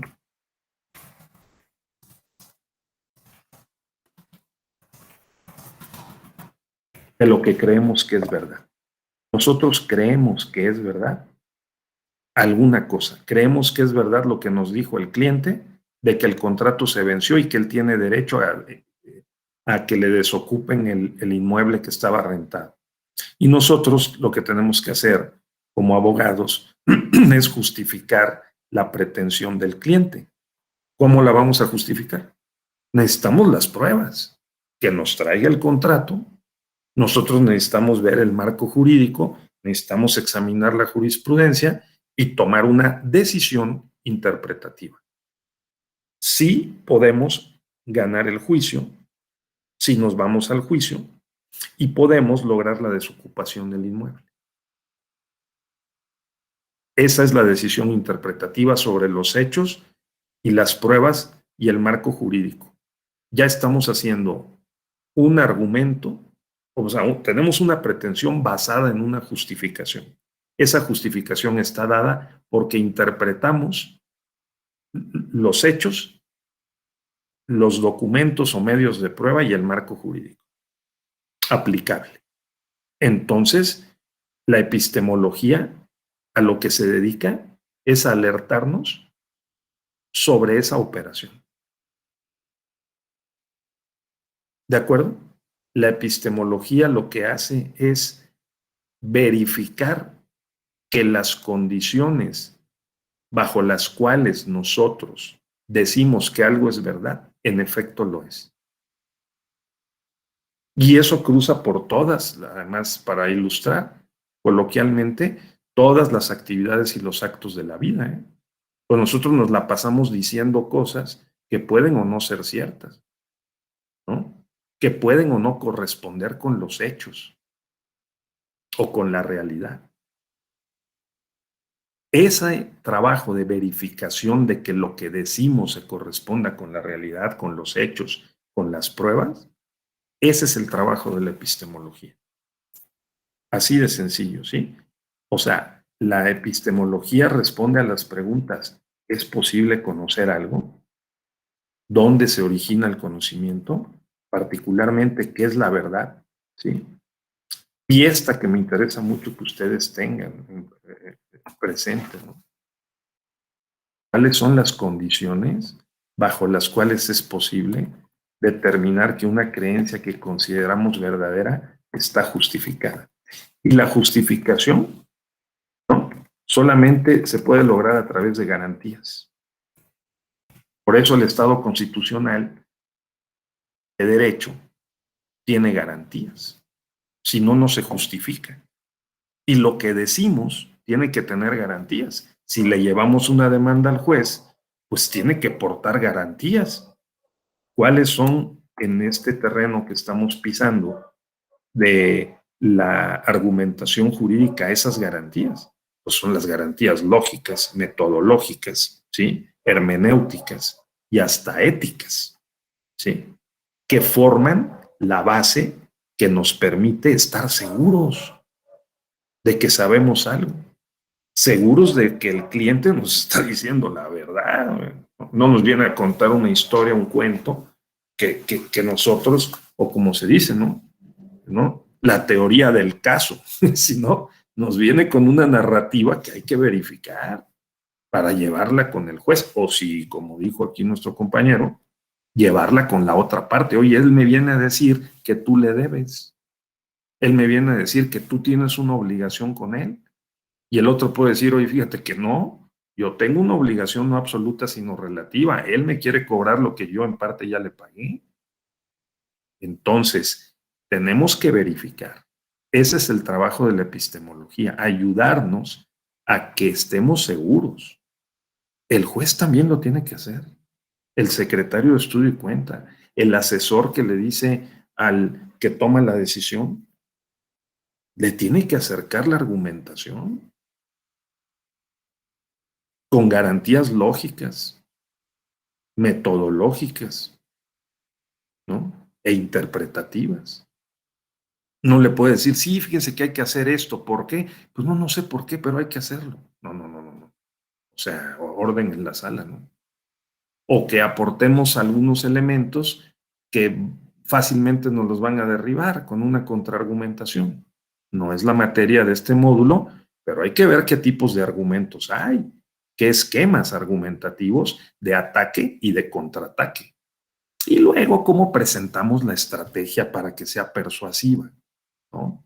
La persuasión incluye pues, la buena argumentación y la lógica, ¿no? Porque podemos llegar con el mejor vestido, atuendo, y al tribunal y a la audiencia, pero no llevamos ninguna estructura mental ordenada, ni los argumentos listos para poder defender o contraatacar. Pues no vamos a ser muy persuasivos, ¿no? Entonces, sí, la persuasión es importante como parte de la retórica, pero esta, sin la argumentación lógica, no llega muy lejos, ¿sí? Entonces, las garantías de nuestros dichos. ¿Recuerdan ustedes la fórmula sacramental? Que diga si es cierto como lo es, ¿no? Que diga si sabe y le consta, ¿no? A la confesional, a los testigos, ¿no? Que sabe y le consta. ¿Cómo le consta? ¿No? Ustedes dijeron al principio estas tres formulitas, la lógica, la sana crítica y la experiencia, ¿no? ¿Qué es eso? La lógica está basada en esquemas argumentativos, proporciona las bases para hacer esquemas argumentativos, silogísticos obligatorios o silogísticos potestativos, por lo menos, ¿no? Entonces, la lógica, la sana crítica y la experiencia. Ahí puede caber cualquier cosa, incluso el subjetivismo y la arbitrariedad. A ver la sana crítica, ¿no? O la experiencia. Les deseo mucho éxito, ¿eh? En este diplomado seguramente van a enriquecer y a profundizar mucho sus conocimientos en estos conceptos. Entonces, se trata de tener garantías de que una creencia o lo que decimos, una proposición, es válida, porque es la más justificable. Y es la más justificable, por lo menos para un auditorio relevante. El juez. Pues a nosotros nos interesa los magistrados, los secretarios de estudio y cuenta. ¿Ustedes saben cuántas personas van a revisar la demanda? La van a revisar varias personas que saben mucho. Entonces tenemos que afinar nuestros conocimientos de lógica y argumentación. Por supuesto. Estar pendientes de la epistemología. ¿Qué es lo que considera la epistemología que debe concurrir a una operación a un juicio en el sentido de que le decimos al juez que tenemos razón, o sea, a una pretensión, ¿no? Que queremos que se convierta en una conclusión válida. Tengo razón, mi cliente tiene razón, la contraparte no tiene razón. Y para eso te presento todos estos argumentos acompañados de sus medios de prueba. Entonces, esto es fundamental, ¿sí? Porque si no, no podemos justificar. ¿Cuál auditorio? El auditorio relevante. Pues aquí no nos interesa convencer a un medio de comunicación, ¿no? Nos interesa convencer al juez. Ese es el punto. O nos interesa convencer a la contraparte si, como dijo nuestro compañero, acude primero a medios informales de solución de conflictos. ¿Ok? De acuerdo. Pero la idea sería que cualquiera que vaya a ver un día el expediente en el que actuamos y la sentencia que se dictó, diga, yo puedo verificar que en este juicio se aplicaron las garantías del debido proceso de manera correcta, adecuada, suficiente. Sí, hubo demanda, contrademanda, la vía fue la correcta, hubo pruebas, hubo audiencia, alegatos, se surtieron o se completaron todas las partes del procedimiento, como dice la Constitución, todavía, las formalidades esenciales del procedimiento, ¿sí? Y por lo tanto hubo una sentencia, y esa sentencia tiene su parte, su proemio, su parte considerativa, su parte dispositiva, ¿no? Y entonces ahí están las razones, los argumentos adecuados, correctos, válidos, que sostienen el fallo, los puntos resolutivos, no el sentido y el alcance o los efectos de la sentencia. ¿De acuerdo? Entonces, de eso estamos hablando y de eso se trata. Entonces, fíjense nada más esto. Hay una parte de la epistemología que es la epistemología aplicada, ¿sí? Epistemología jurídica, o teología jurídica aplicada. ¿Esta de qué se trata? Pues nada más aquí le faltó, ni más ni menos que de lo siguiente, de las condiciones bajo las cuales es posible determinar que un hecho es relevante para el derecho. Y las normas procesales son idóneas, fíjense, porque el derecho procesal también puede tener sus debilidades, sus lagunas, ¿no? Sus errores. Para transportar la verdad fáctica, la que nos viene a decir el cliente, que ocurrió, lo que ocurrió, a la verdad jurídica a través de la verdad judicial. O sea, la sentencia, esto es importantísimo. Porque aquí el traslado de la verdad fáctica a la verdad jurídica, que es la que dice la verdad judicial, o sea, la verdad judicial, la sentencia, se refiere, declara cuál es la verdad jurídica, fundada en los hechos y en el derecho. Luego, entonces, esa sentencia tiene que ser no solamente correcta, sino verdadera, porque puede ser correcta, pero no verdadera. El juez también se puede equivocar. Y por eso existe el recurso, pues, de reconsideración, o existe en general la segunda instancia y hasta una instancia de revisión de la segunda instancia, ¿no? Entonces, ¿por qué? Pues porque se puede equivocar en la argumentación. En este traslado de la verdad fáctica a la verdad jurídica a través de la verdad judicial, casos como el de la señora Florence Cassens, ustedes recuerdan, ¿no? Que no se podía saber bien a bien cuál era la verdad, ¿no? Por una adulteración de las pruebas. No se podía inferir la conclusión de manera correcta, tal vez, pues si ahí había una sentencia, ¿no? O por lo menos había una imputación, ¿verdad?, vinculada a proceso. No había sentencia todavía, pero podría ser que no fuera verdadera, pero no se podía saber bajo las condiciones en que se tomó esa decisión de vincularla a proceso con prisión preventiva, ¿no? Entonces, muy importante.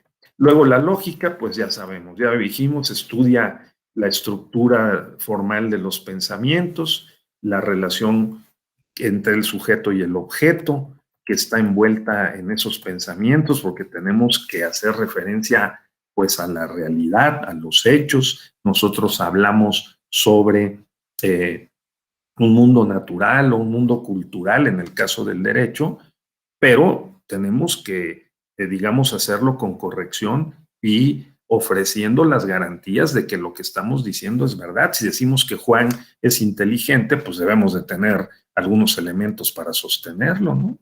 Si le planteamos algo a alguien, nos dice, oye, ¿sobre qué bases estás diciendo eso? ¿No? Eso. Entonces, y en cada acto de la vida, en muchos actos cotidianos, tenemos estas implicaciones y la exigencia de tener que probar lo que estamos diciendo. Así que la lógica estudia esto, las formas mentales, la idea, el juicio, el raciocinio, el concepto, la argumentación, la proposición, la argumentación, las falacias, ¿sí? Los argumentos que son válidos, los correctos y por lo tanto los que no lo son también. No, volver a la lógica es fundamental, ¿de acuerdo? Es muy importante. Entonces, la lógica aristotélica o formal privilegia el silogismo, deductivo o inductivo, obligatorio, ¿verdad? Que ya dijimos que el silogismo obligatorio es el que necesariamente la conclusión tiene que reflejar uno de los términos de la premisa mayor o menor, como ya dijimos hace un rato. Y eso es fundamental para los juristas porque pues normalmente hacemos esta operación inductiva o deductiva con el marco jurídico. Si el marco jurídico dice A y si los hechos y las pruebas dicen A, entonces B. Esa es la conclusión. Si A es entonces B, pues A entonces B.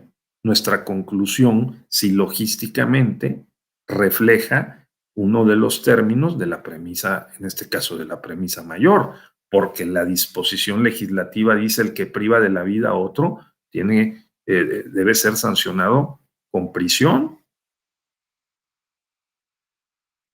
¿no? Y si X privó de la vida a otro, entonces será sancionado con prisión. La conclusión es que alguien privó de la vida a otro.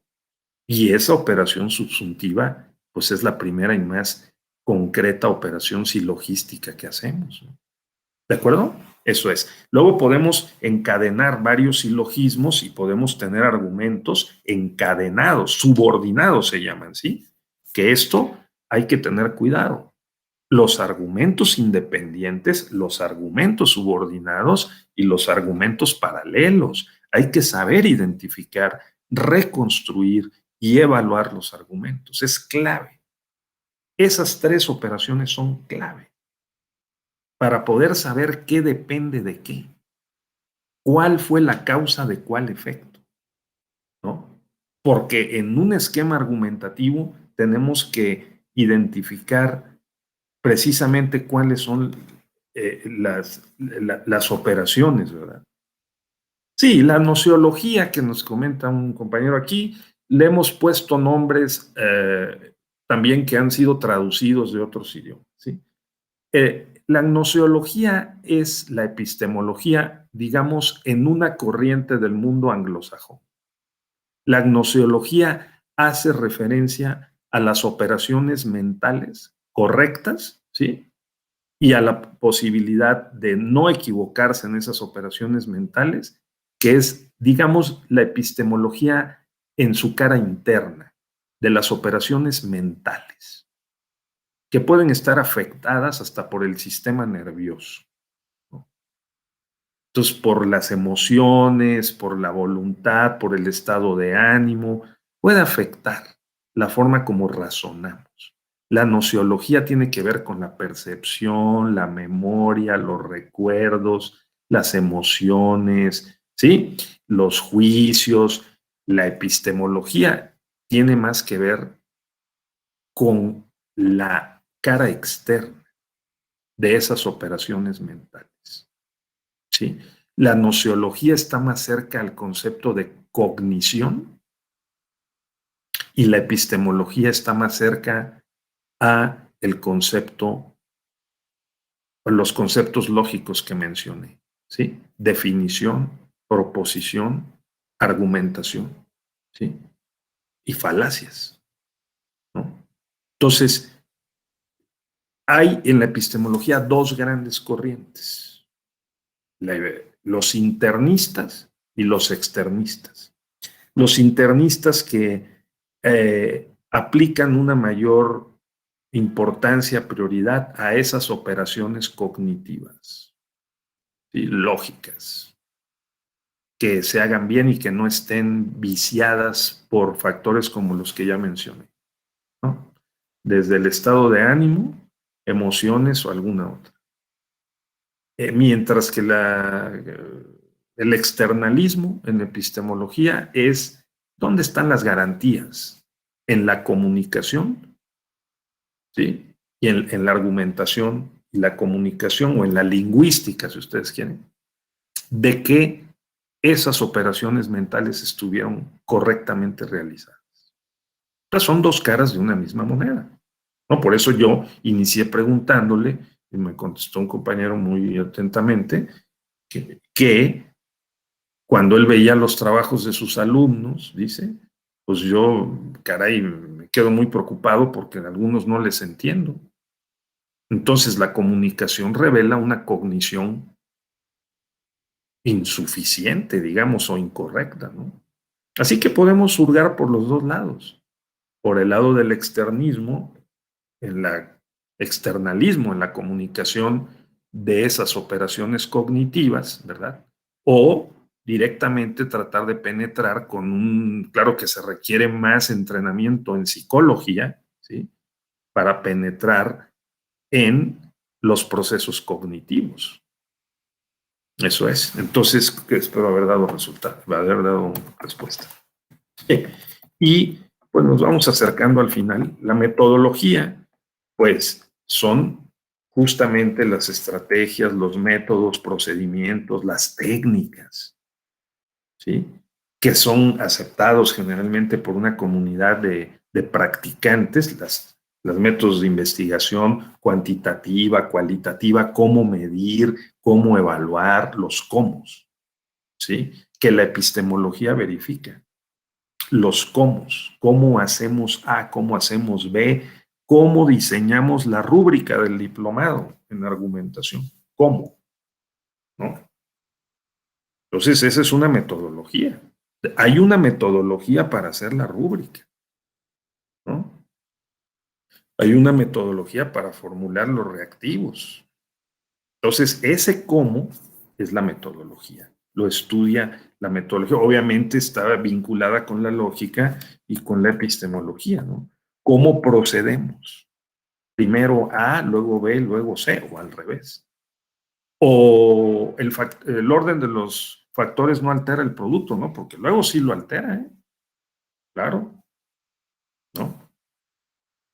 Así es. Y luego tenemos, pues, la hermenéutica, la interpretación.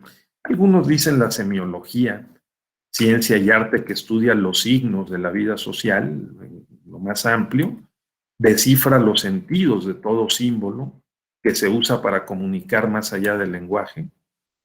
La disciplina que tiene por objeto la interpretación de textos escritos de carácter fundamental. Y dicen algunos, y aquí ustedes lo van a encontrar, en la teoría de la interpretación, o descubrimos o asignamos significados a los términos jurídicos y a las expresiones. O si ustedes quieren, a los enunciados legislativos, ¿no? Entonces, la interpretación descubre o asigna significados. Bueno, vamos a ver qué quiso decir el legislador cuando colocó un concepto como el de residencia en un requisito de elegibilidad. ¿Qué quiere decir modo honesto de vivir? ¿Qué dijo el legislador? Y si hay violencia política en razón de género, entonces está afectando esa razón que el legislador estableció y que podemos descubrir en la exposición de motivos correspondiente a la iniciativa que derivó en el dictamen legislativo y en el debate en la Cámara, cuando se aprobó el requisito de que para ser alcalde o para ser diputado, tiene que tener un modo honesto de vivir. No es un modo honesto de vivir, o no está amparado por el concepto de modo honesto de vivir, el ejercer violencia política en contra de las mujeres, para acceder al cargo o para ejercer el cargo. Luego, entonces, lógicamente, aplica ese requisito a esa conducta, a esos hechos, porque es contrario a el sentido que le quiso imprimir el legislador a modo honesto de vivir. Ahora, no se lo imprimió. De ninguna manera podemos desprender, inferir de todo el material que estamos analizando que el legislador haya querido decir eso. Entran en juego otros métodos de interpretación. No, ya no vamos a descubrir, le vamos a asignar ese significado. ¿Por qué? Porque en las condiciones actuales, el fenómeno social, político y electoral de la violencia política en razón de género para acceder o ejercer el cargo es tan grave, tan generalizado, que lo tenemos que regular. Porque si no, entonces no se trata de elecciones libres y auténticas. Fíjense ustedes. En el fondo del modo honesto de vivir, como un requisito de elegibilidad, podemos argumentar que está el principio valor y principio regla, ¿no?, de elecciones libres y auténticas. Ahí está. Entonces le estamos asignando el significado. No lo fuimos a descubrir en el material legislativo porque no existe. El legislador nunca pensó que la violencia política en razón de género podría ser una justificación para negar un registro para ser candidato, en razón de que afectaba el concepto de modo honesto de vivir, que es una institución, es un patrón reiterado, o debe ser un patrón reiterado de conducta, como dije al principio. Se entiende, ¿verdad?, lo que estamos hablando. Entonces, bien, la interpretación es esto y la argumentación es la justificación. La argumentación porta las justificaciones de la decisión interpretativa, ¿no? Entonces, ¿son dos caras de una misma moneda? Pues sí. Por eso hay quien les denomina argumentos interpretativos. Nosotros presentamos ante el juez o le decimos al cliente o dialogamos con otra persona y utilizamos argumentos interpretativos porque estamos haciendo primero una decisión interpretativa sobre el caso y luego la justificamos. Así es. Entonces, ¿por qué será que la lingüística es tan importante en la argumentación electoral? Es fundamental, pues porque de allí desprendemos, fíjense ustedes, toda la posibilidad de la operación que nosotros hacemos cotidianamente. ¿Sí? ¿Se entendió esto, compañeros? ¿Pude transmitir el mensaje? ¿Sí? ¿Sí? Podemos concluir, Emanuel, estamos hablando de 5 disciplinas, ¿no? De epistemología, lógica, metodología, interpretación y argumentación. Si juntamos interpretación y argumentación en hermenéutica, entonces le podemos agregar una quinta que es la ética, porque también aquí hay una ética de no engañar al juez, ¿no? O si le vamos a fabricar las pruebas y lo vamos a engañar, pues óigame ustedes, ¿no? No, se trata de coadyuvar al proceso, de esclarecer los hechos y determinar cuál es la verdad jurídica, ¿no? Esa es la idea. Y el juez tiene que hacer todo lo posible porque no lo engañen, pues no. Si no se trata de un torneo de ver quién engaña mejor, sino a ver quién presenta los mejores argumentos sobre una decisión interpretativa que descubrió o asignó significados a los hechos, a las pruebas y al derecho aplicable. ¿De acuerdo? Sí. Entonces espero que haya servido este módulo, compañeros, para pues provocar por lo menos, ¿no? Como es la idea, la reflexión, que lo tengan en mente, que vayan enriqueciendo pues sus percepciones, su comprensión, entendimiento sobre estos temas que no tienen que ser ni técnicos ni incomprensibles, pues sería un error, ¿no? Una contradicción en términos. No, si lo hacemos cotidianamente, utilizamos la lógica, o deberíamos, la metodología, ¿no? La hermenéutica y la epistemología ayuda a verificar que se usen bien. Reflexiones finales, queridos compañeros, pues nos vamos a ver probablemente en otro módulo más adelante, pero por lo pronto quedó claro, ¿verdad? Sí, está sencillo, está claro. Nosotros justificamos lo que creemos que es verdad a través de interpretaciones, argumentaciones que tienen que ser lógicas y metodológicas. Podemos jugar con estas 5 palabras, ¿sí? Epistemología, lógica, metodología, interpretación y argumentación. Y claro, podemos ir del extremo de la lingüística y la comunicación al pensamiento correcto, ya sea formal, crítico, si ustedes quieren, está muy bien, pero que sea ordenado. Un pensamiento crítico no tiene que ser desordenado, ¿no? La cosa es que sea ordenado. La estructura mental y el pensamiento, pues para poder hacer de este mundo algo en el que podamos operar mínimamente bien, ¿no? De otra manera es muy complicado. Ese sería mi mensaje, ¿verdad?, de esta mañana en este módulo que tiene que ver con estos conceptos básicos, ¿verdad? ¿Alguna reflexión final, Emanuel?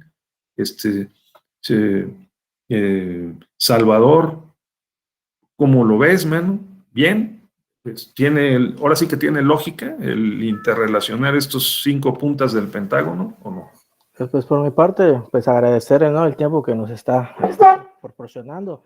Y pues sí, me quedó una idea más clara, una idea más precisa de todo lo que es la argumentación jurídica, ¿no? Los 5 puntos que usted acaba de comentar. Qué bueno, Manuel, lo celebro. Sí, tengamos en mente, y miren, nadie sabe todo, ¿no? Ni nadie sabe nada. Es decir, todos sabemos un poco, más, menos, lo practicamos, lo retroalimentamos, lo afinamos. Yo les invito a que trabajemos un poquito más estos conceptos cuando tengan tiempo y estén tranquilos y puedan detenerse a pensar sin el celular, sin la computadora que nos ha atrapado a todos, ¿no? Podemos pensar un poco y abrir por lo menos un diccionario y decir, a ver, vamos a ver qué es la epistemología, qué es la metodología, la lógica, la interpretación, la argumentación, cómo las puedo relacionar de una manera funcional para que me sirvan, ¿no? Y tratar de decir, bueno, ahora las vamos a aplicar, aquí estoy aplicando este concepto, aquí estoy aplicando este argumento, estoy construyendo un silogismo, ¿no? Y hacer esa gimnasia mental y operativa que nos va a enriquecer y fortalecer mucho, porque como los otros no lo hacen, entonces el que tenga más elementos de información puede ganar mejor los asuntos, puede ganarlos y además ganarlos mejor, ¿no? Entonces, es un hecho, ¿eh? Si invertimos en esto, nos va a dar muy buenos dividendos. Yo hago un paralelismo, vamos a decir, con esa expresión bíblica inolvidable. Aprended gramática, que lo demás se os dará por añadidura. Y yo diría, aprended argumentación si querés ganar los juicios.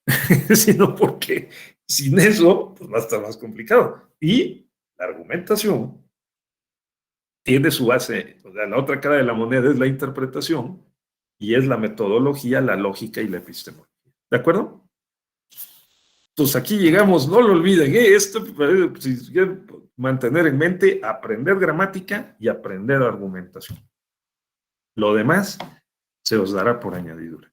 Bueno, pues muchas gracias a todas y a todos, ¿no? Que tengan muy, muy buen día. Va a estar interesante el diplomado. Nos vamos a encontrar más adelante, ¿eh? Seguiremos intercambiando. Que estén muy bien y muchas gracias a nuestra compañera de tecnologías educativas, ¿verdad? Que estén muy bien todas y todos. Gracias. Buenos días. Muchas gracias, doctor. Buen día a todos. Hasta luego. Hasta luego. Muchas gracias, doctor. Gracias, doctor. Hasta luego. Gracias, doctor. Hasta luego. Bye. Cuídense mucho.